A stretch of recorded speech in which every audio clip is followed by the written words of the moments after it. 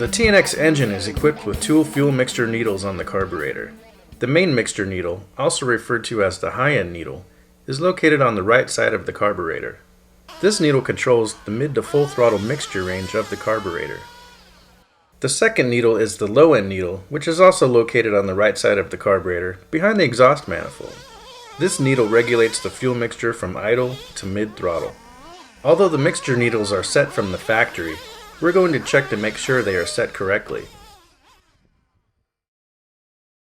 The factory setting for the high-end needle is 2.5 turns out from the closed position.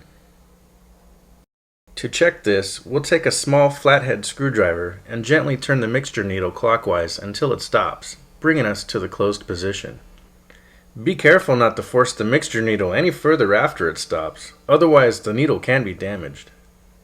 Now the high-end needle can be reset by turning it counterclockwise exactly 2.5 turns, returning it to the factory setting. The factory setting for the low-end needle is 1 turn in from the carburetor housing. To set the low-end needle, rotate it counterclockwise 1 full rotation. This should position it relatively flush with the carburetor housing. If it is not flush with the housing, turn the mixture needle in or out accordingly until it becomes flush. When this is confirmed, rotate the needle clockwise 1 turn to return it to the factory setting. The low-end needle should not require further adjustment during break-in. After completing these 2 steps, the mixture needles are now confirmed to the factory setting.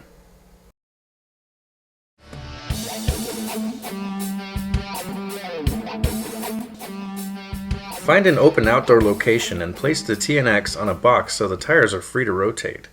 The cardboard radio box included in the TNX kit works great for this. For maximum cooling, the body is not used during the break-in period.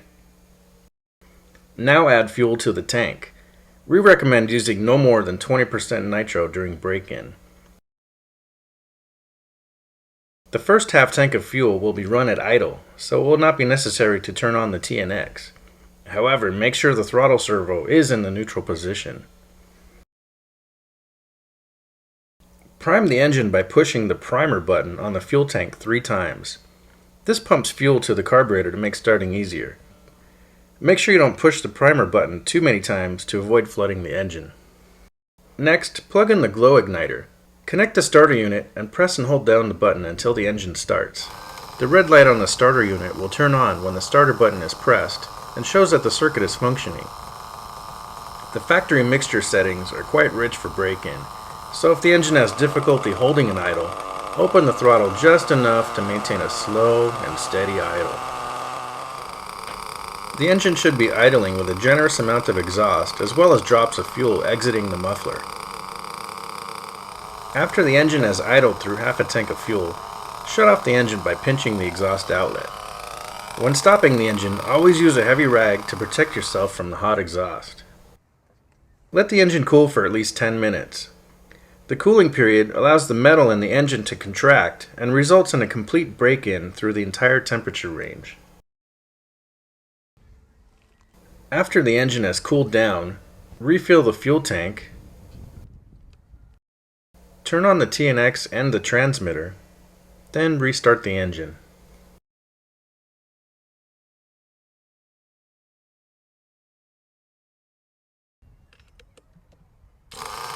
Once the engine is running, richen the high-end mixture needle by turning it counterclockwise a half turn. Then slowly drive the TNX in an oval while smoothly modulating the throttle from idle to about half throttle. This should be done on a safe, smooth paved surface such as this one. To avoid damage to the engine, avoid using full throttle. The TNX should be running very rich, so look for a generous amount of exhaust smoke exiting the muffler. Also, listen to the sound of the engine. The tone should be a low pitch with moderate hesitation. Continue driving the TNX slowly and smoothly. When the tank is nearly empty, shut off the engine by blocking off the exhaust and let the engine cool for about 10 minutes. Once the engine has cooled, lean the top end mixture needle 1/8 of a turn clockwise, or about 45 degrees. Refill the fuel tank and start the engine. The engine should still be running considerably rich with a generous amount of smoke exiting the exhaust.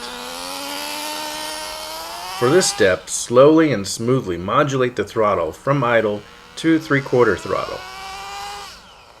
Also, occasionally modulate the throttle briefly to full throttle.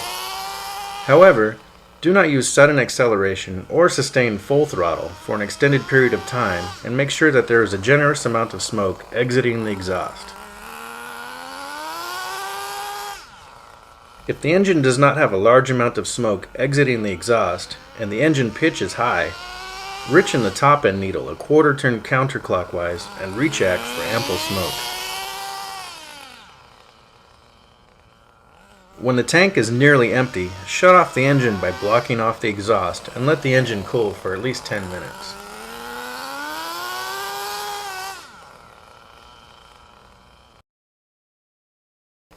After the engine has cooled, run another 4 tanks of fuel in the same manner.